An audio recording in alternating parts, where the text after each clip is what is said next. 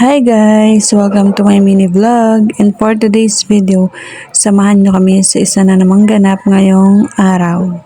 Kani-kanina nga ay nag-general cleaning na naman ako sa aming munting bahay dahil nga sobrang dami na namang kalat. Di nga talaga natin may iwasan lalo na't may mga bata tayong maliliit kahit araw-araw tayong maglinis. At ito nga ang ating chikiting, ilang araw na tayong kinukulit at nagyayaya nga kumain sa labas. At dahil nga wala pa tayong budget, hindi pa nga sumasahod si Mister kaya hindi pa natin siya mapagbigyan. At kanina nga habang naglilinis ako, naisip na naman ni Bunso na magyaya kumain sa labas.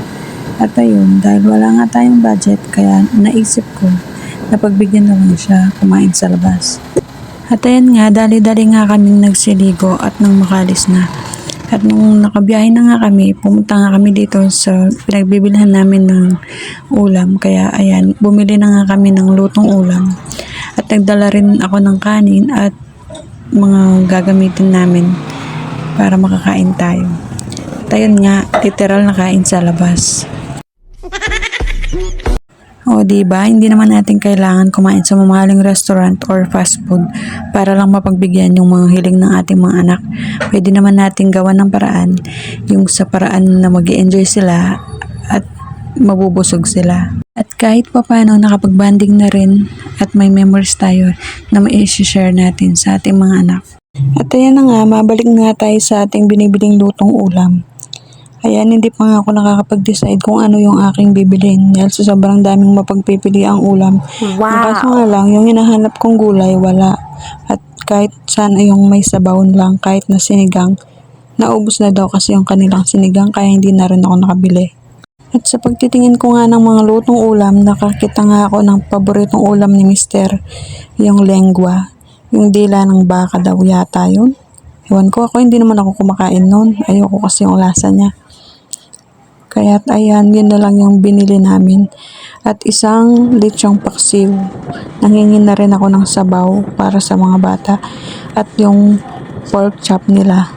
At ayan na nga, pagkatapos nga namin makabili ng lutong ulam, umalis na nga kami para maghanap ng mapagpapastuhan namin kung saan kami pwedeng makakain. At habang bumabiyahe nga kami dyan, nauhaw nga si kuya at nagpapabili ng buko juice.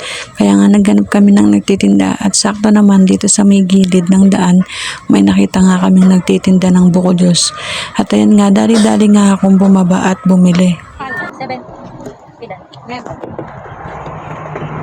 At ayan nga, bumili nga lang ako ng isa dahil sakto nga lang yung dala kong pera. Sobrang mahal na nga talaga ng bilihin ngayon. Isipin mo itong 1 litro ng buko juice. Nasa 70 pesos na siya. Noong araw, bumibili ako nito, tig 25 pesos lang yung 1 litro. Kaya nga tayong mga nanay, hindi na natin alam kung paano pa natin babudgetin yung mga perang ibinibigay sa atin ng ating mga mister. Dahil nga sa sobrang mahal ang bilihin, ang 1,000 parang 100 na lang kapag nagastos natin. Kaya nga kung may choice lang ako, gusto ko na lang din magtrabaho para matulungan ko din si mister. Dahil nga sa sobrang mahal ng bilihin ngayon at lumalaki na yung aming mga chikiting, lumalaki na rin yung gastos nila. Hindi na rin kaya ng isa lang yung nagtatrabaho. At ayan na nga, may nakita nga kaming mapagpapastuhan namin kaya dali-dali na nga rin kaming uminto dito at nang makakain na rin kami. Alauna na nga rin ng mga oras na yan kaya nga gutom na ang aming mga alaga sa tiyan. Ang ganda nga rin dito sa napagpwestuhan namin dahil may mga pulong matataas at napakahangin nga dito, presko. At habang kumakain nga kami dyan, naglalaglagan naman yung mga dahon sa amin. Sabi pa nga ng aking mga chikiting, umuulan daw, kaso hindi tubig, kundi dahon.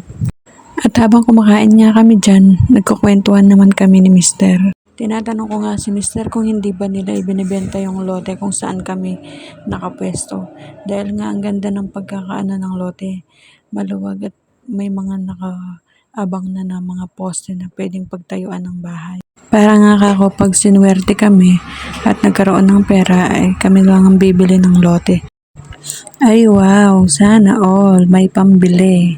Cherries. Malay ba natin, mamaya bigyan tayo ni Lord na hindi natin inaasahan. O diba?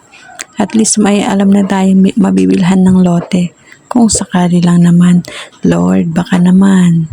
Wala namang imposible, basta magsipag at magtiyaga lang tayo, makukuha din natin yung mga pangarap natin. At wala namang imposible kay Lord, basta magtiwala lang tayo at ibibigay niya rin yung mga para sa atin. Hindi lang ngayon, pero malapit na.